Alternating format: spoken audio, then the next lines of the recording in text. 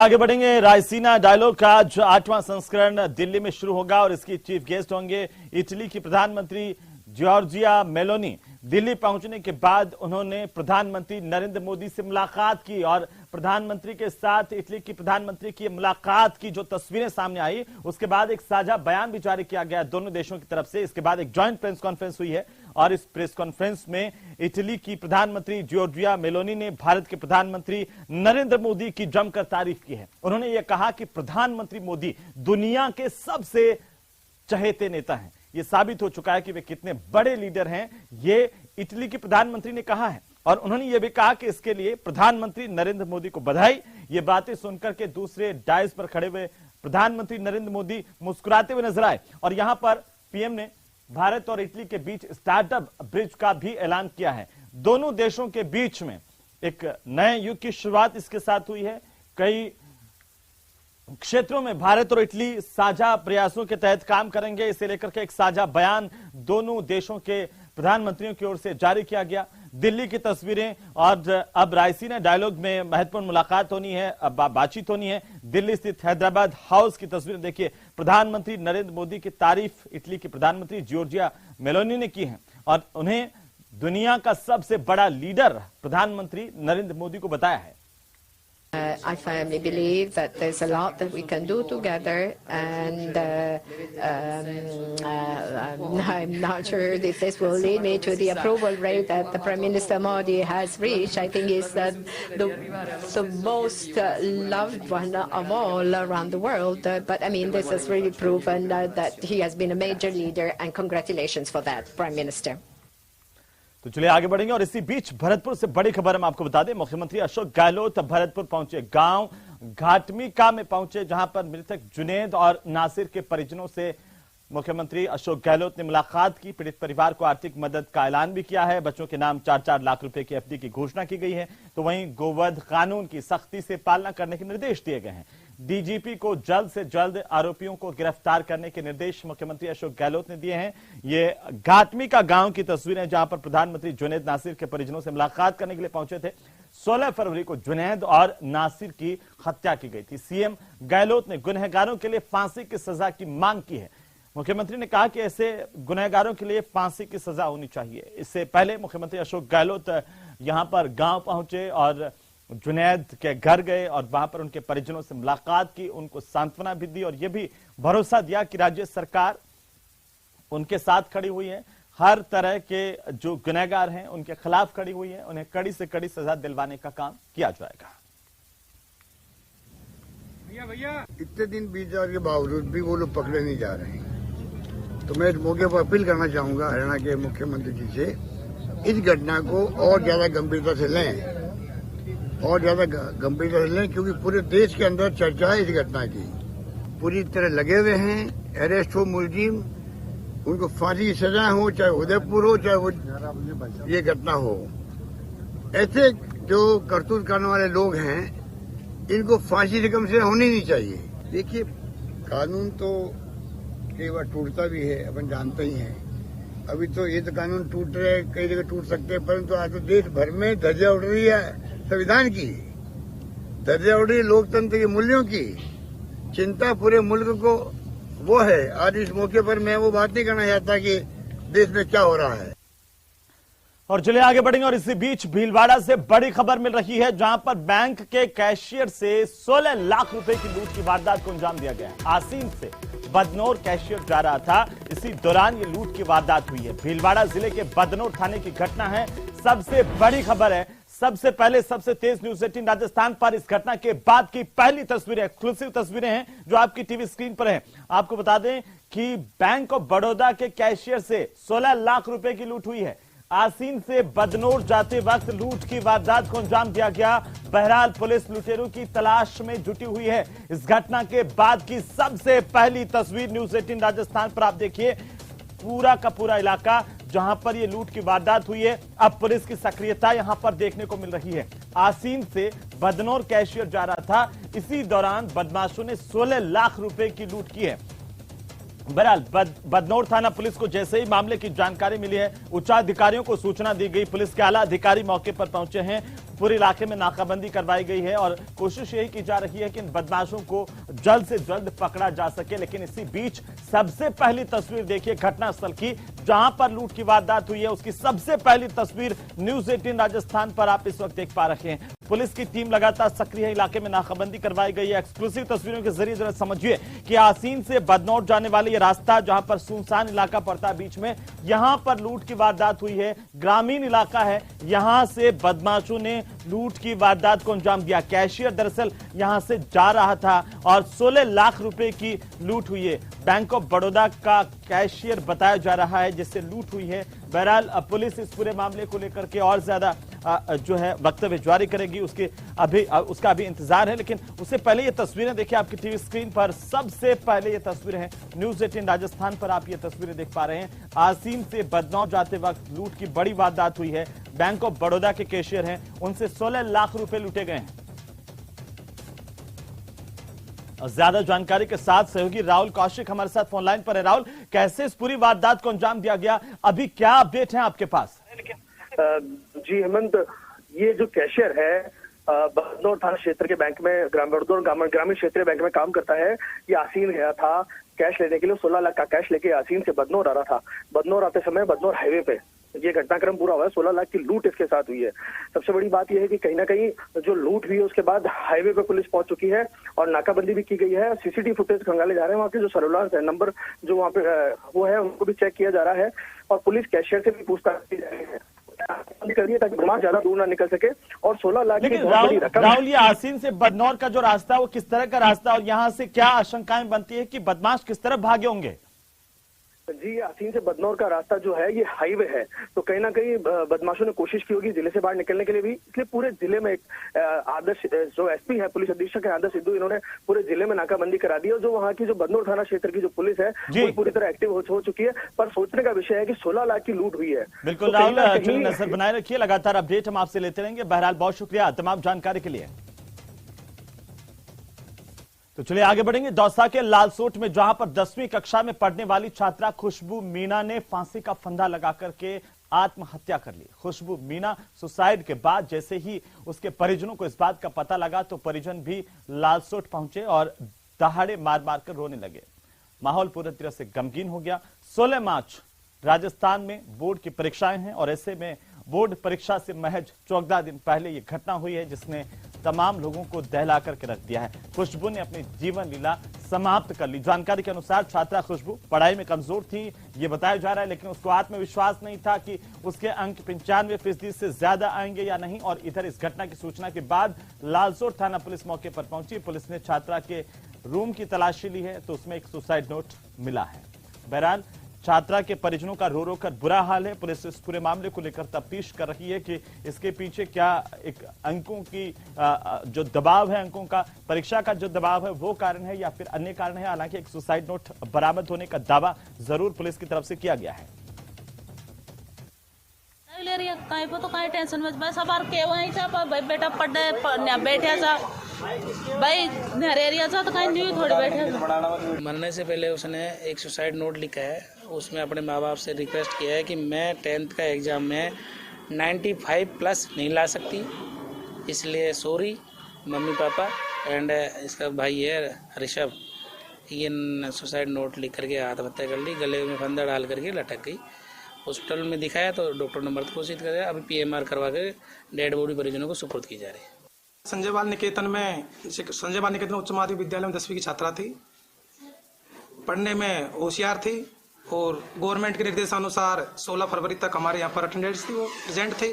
उसके बाद में बच्चों को घर तैयारी करने के लिए छोड़ दिया हमने। वो स्कूल में नहीं आ रही है वर्तमान समय, 16 तारीख से घर पर ही अध्ययन कर। तो वहीं भीलवाड़ा के बनेड़ा इलाके के आधा दर्जन गांव के ग्रामीणों ने जिला कलेक्टर कार्यालय के बाहर खनन कंपनी और बनेड़ा पुलिस के खिलाफ जमकर नारेबाजी की है, विरोध प्रदर्शन किया है। इस दौरान उन्होंने डंपर चालकों पर और पुलिस पर बेवजह परेशान करने के भी आरोप लगाए हैं।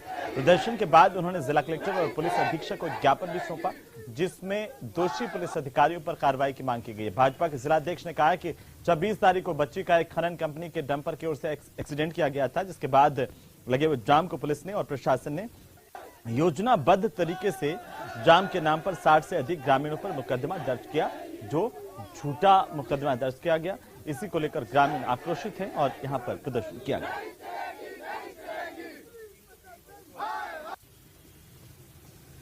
जिला कलेक्टर और एसपी साहब को बनेड़ा तहसील के चमनपुरा पंचायत के कमालपुरा गांव और आसपास के खेड़ों ने एक ज्ञापन दिया है, जिसमें 26 तारीख को एक 4 साल की बच्ची का एक्सीडेंट जिंदल 100 के डंपर द्वारा किया गया था।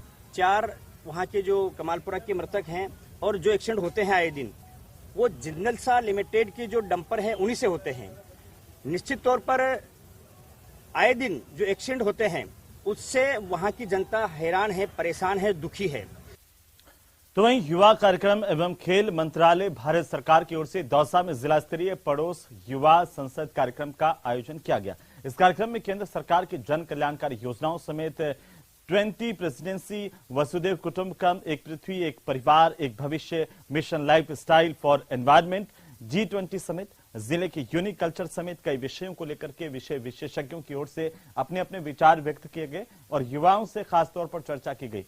पड़ोस युवा संसद कार्यक्रम में दौसा जिले के युवा मंडल, महिला मंडल, ग्रामीण युवक युवतियां और छात्र छात्राओं ने हिस्सा लिया।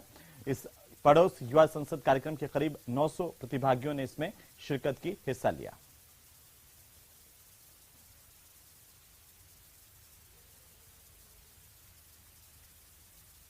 ये किस प्रकार का तो कार्यक्रम है और क्या क्या चीज आपको बताई जा रही है इस कार्यक्रम में? जी, ये नेशनल यूथ पार्लियामेंट प्रोग्राम है। इसमें हम युवाओं को Y20 एंड G20 की योजनाओं के बारे में बताई जा रही है। सर, युवाओं को यहाँ पे मतलब G20 के बारे में और पड़ोस युवा उत्सव के बारे में बताया जा रहा है। मेरा नाम सचिन मीना और मैं नांगल ब्लॉक के लाडली कवास गांव से आया हूँ। यहाँ पे नेबर यूथ पार्लियामेंट प्रोग्राम हो रहा है 2 मार्च को। इसके अंदर के नाम से युवाओं को के नाम सशक्त करने के लिए केंद्र सरकार के द्वारा ये कार्यक्रम। और इसी बीच राजधानी जयपुर के करीब जोबनेर से इस वक्त की सबसे बड़ी खबर मिल रही है, जहां पर 10 साल से फरार आरोपी पुलिस के हत्थे चढ़ा है। गिरफ्तार आरोपी अलग अलग 6 मामलों में वांछित था पुलिस में और आरोपी पर 2000 रुपए का इनाम भी घोषित था। जोबनेर पुलिस ने यह बड़ी कार्रवाई की है। 2000 रुपए का इनामी गिरफ्तार किया गया है। जोबनेर पुलिस को यह कामयाबी मिली है। करीब 10 साल से आरोपी फरार चल रहा था।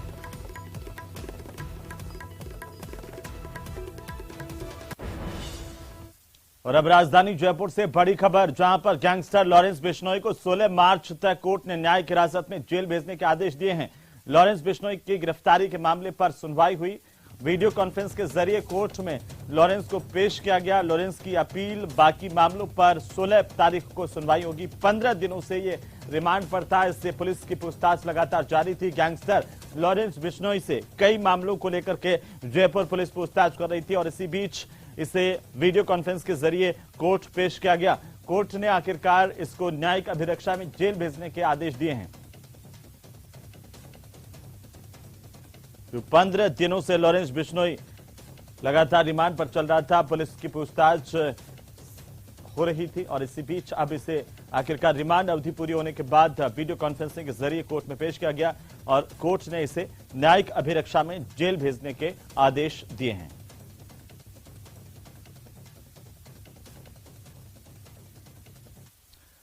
तो वहीं करौली के हिंडौन से बड़ी खबर है, जहां पर नशा तस्करी को लेकर के पुलिस ने बड़ा एक्शन लिया है। पुलिस ने हिंडौन में 40 ग्राम स्मैक पकड़ी है। स्मैक के साथ तस्कर को भी गिरफ्तार किया है। 30 लाख रुपए की कीमत की स्मैक बताई जा रही है। 2 महीने में 1 करोड़ 40 लाख रुपए की स्मैक जब्त की गई है। बहरहाल पुलिस आरोपी से पूछताछ कर रही है, जिसमें कई अहम खुलासे हो सकते हैं।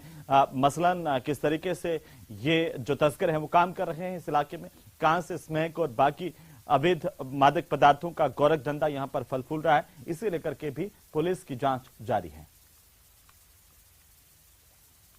महुआ एडनोर रोड पर आड़ा गए रेवई के पास नाकाबंदी की गई। इसी दौरान एक व्यक्ति महुआ की तरफ से एडनोर की तरफ आता हुआ दिखाई दिया, जिसको रोका तो पुलिस को देखकर भागने का प्रयास किया, जिसको रोककर तलाशी ली गई, जिसके पास 40 ग्राम स्मैक मिली, जिसको मौके पर ही जब्त किया गया।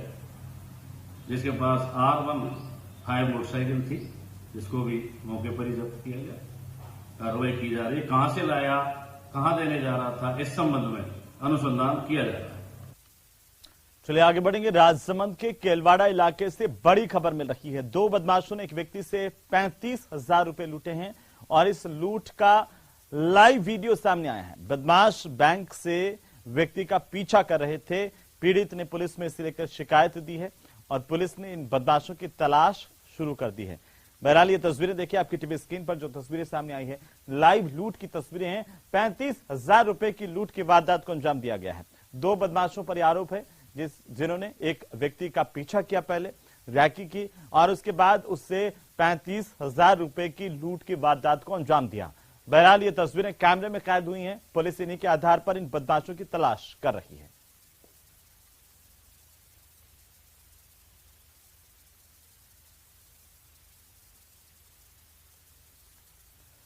तो वहीं 12 में निर्माणाधीन हाड़ौती की जीवनदायिनी परवन वृहद सिंचाई परियोजना का काम अब खटाई में पड़ता हुआ नजर आ रहा है। दरअसल इस परियोजना से कोटा 12 झालावाड़ के 3 लाख लोगों को पीने का पानी और खेतों को सिंचाई का पानी मिलना था, लेकिन साल 2023 में पूरा होने वाला काम यहां पर काम कर रही कंपनी की मनमानी के चलते अब लंबित हो चला है। यहां पर नहरों का काम कर रही कंपनी ने अपना काम पेटी ठेकेदारों को सौंप दिया और पेटी ठेकेदारों का समय पर भुगतान नहीं होने से इन ठेकेदारों ने काम ही बंद कर दिया, जिससे नहरों का काम लगभग ठप सा हो गया है। अब ये जो कंपनी जिसके पास काम था, इसकी मनमानी के चलते, इसकी अकर्मण्यता के चलते ये काम अब पूरी तरह से खटाई में पड़ चुका है, क्योंकि जो पेटी ठेकेदार हैं उनको भुगतान नहीं मिला और इसके चलते उन्होंने काम रोक दिया है। लगभग का भुगतान बकाया है कंपनी की तरफ से। पिछले 3 महीनों से तो रेगुलर किसी को 1 रुपया भी भुगतान नहीं किया जा रहा। कंपनी को पिछले मंथ जनवरी तक का विभाग द्वारा भुगतान वो छुपा है। कंपनी की जो प्रोग्रेस है, प्रोवेटा प्रोग्रेस इतनी स्लो है कि जिस हिसाब से ये कार्य कर रही है। काम करने के लिए हम लोग भैया बाहर से आए थे। दिल्ली की कंपनी है हमारी, भाई साहब की गुजरात की कंपनी है, और जब काम इन्होंने दिया था तो अच्छे आश्वासन दिए थे कि आपका पेमेंट टाइम पे हो जाएगा। लेकिन जब हमने काम करना शुरू करा तो 3 महीने के बाद भी इन्होंने, अभी तक 6 महीने हो गए हमें टोटल, और करीब हमारा 1 करोड़ रुपए से ऊपर का बिल है। 10 लाख रुपए तक अभी तक पेमेंट करा है। उसके बाद अब सब बहुत सारा परेशानी है, ना लेबर को पैसा दिया जा रहा है, ना मशीनरी वालों को पैसा दिया जा रहा है, ना जो लेबर है सब बहुत ज्यादा परेशान है। काम करने की स्थिति आगे बन नहीं पा रही है जब तक ये पैसा नहीं देते। और अब बात आंगनबाड़ी कर्मचारियों के विरोध प्रदर्शन की। राजधानी जयपुर में आंगनबाड़ी कर्मचारियों का धरना प्रदर्शन का दौर देखने को मिला। इस धरने में हर जिले से आंगनबाड़ी कर्मचारियों के पहुंचने का दावा किया गया। ये धरना हजारों की संख्या में 22 गोदाम पुलिया पर दिया जा रहा है। बड़ी तादाद में आंगनबाड़ी कार्यकर्ता यहाँ पर मौजूद हैं। आपको बता दें कि इन आंगनबाड़ी कार्यकर्ताओं का यह कहना है कि सरकार उनके साथ वादा खिलाफी कर रही है।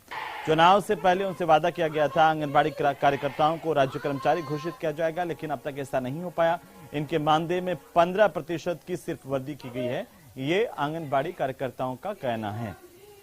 और इसी को लेकर के आंगनबाड़ी कार्यकर्ता राजधानी में हल्ला बोल प्रदर्शन कर रही हैं। हमारी मांगों के समर्थन में खड़े हुए हैं। सन 2017 में गहलोत सरकार ने हमसे वादा किया था कि राज्य कर्मचारी बना दिया जाएगा, लेकिन अभी 5 वर्ष पूर्ण होने पर उन्होंने अभी तक हमारे वादे पूरे नहीं किए कि हम सब आंगनबाड़ी कर्मी जितने भी कार्मिक हैं सबको परमानेंट कर देंगे, लेकिन परमानेंट तो छोड़ो, सम्मानजनक मानदेय भी नहीं मिला। अब 15% मानदेय बढ़ा है तो उससे कोई भी महिलाएं खुश नहीं है, कोई भी। अगर हमारा सम्मानजनक मानदेय नहीं हुआ तो हम निरंतर हड़ताल जारी रखेंगे। सारी बहनें आज यही डिमांड अपनी लेकर के इकट्ठी हुई हैं। हम लोगों ने पहले भी धरना किया था और आज फिर हमने विधानसभा का घेराव करने की रणनीति बनाई है। हमारी डिमांड यही है कि हमें परमानेंट किया जाए। 2018 में गहलोत सरकार के द्वारा जो घोषणा की गई थी, हमें वादा किया गया था, बाकायदा लिखित में भी, ये घोषणा पत्र में भी लिखा गया था, उन्होंने अपना वादा पूरा नहीं किया। हमारी ग्राम साथीन बहनें जो है ग्राम पंचायत में 5 से 7, 8 गाँव जो भी पड़ते हैं उनमें सब में कार्य करती है। और जो सरकार की योजना होती है, बेटी बचाओ बेटी पढ़ाओ का है, बाल विवाह का है, घरेलू हिंसा का है, मतलब ऐसी बहुत सारी कोई योजनाएं हैं, उन सब योजनाओं को ग्रामीण तक पहुंचाती है। और इसके बीच में हमारा मानदेय 4,500 रुपये है। आज 4,500 रुपये मानदेय में कुछ भी नहीं होता। तो चलिए आगे बढ़ेंगे। राजधानी जयपुर से बड़ी खबर, जहां पर गणगौर मेले पर आधे दिन का अवकाश घोषित करने का कार्यक्रम है। 24 मार्च को जयपुर में गणगौर का मेला है, जिसमें आधे दिन का हर साल की तरह इस बार भी अवकाश घोषित होगा। जयपुर स्थित राज्य सरकार के समस्त कार्यालयों समेत राज्य के उपक्रमों, शिक्षण संस्थानों में आधे दिन का अवकाश घोषित करने की जानकारी सामने आई है। गणगौर मेले पर आधे दिन का अवकाश घोषित किया जाएगा, जिसमें राज्य सरकार के समस्त कार्यालयों में यह अवकाश होगा। जयपुर में तमाम जो कार्यालय हैं सरकारी, उनमें आधे दिन की छुट्टी होगी। और इसी के साथ ही इस बुलेटिन में फिलहाल इतना ही। आप देखते रहिए न्यूज़ 18 राजस्थान, जहां पर खबरों का सिलसिला लगातार जारी है।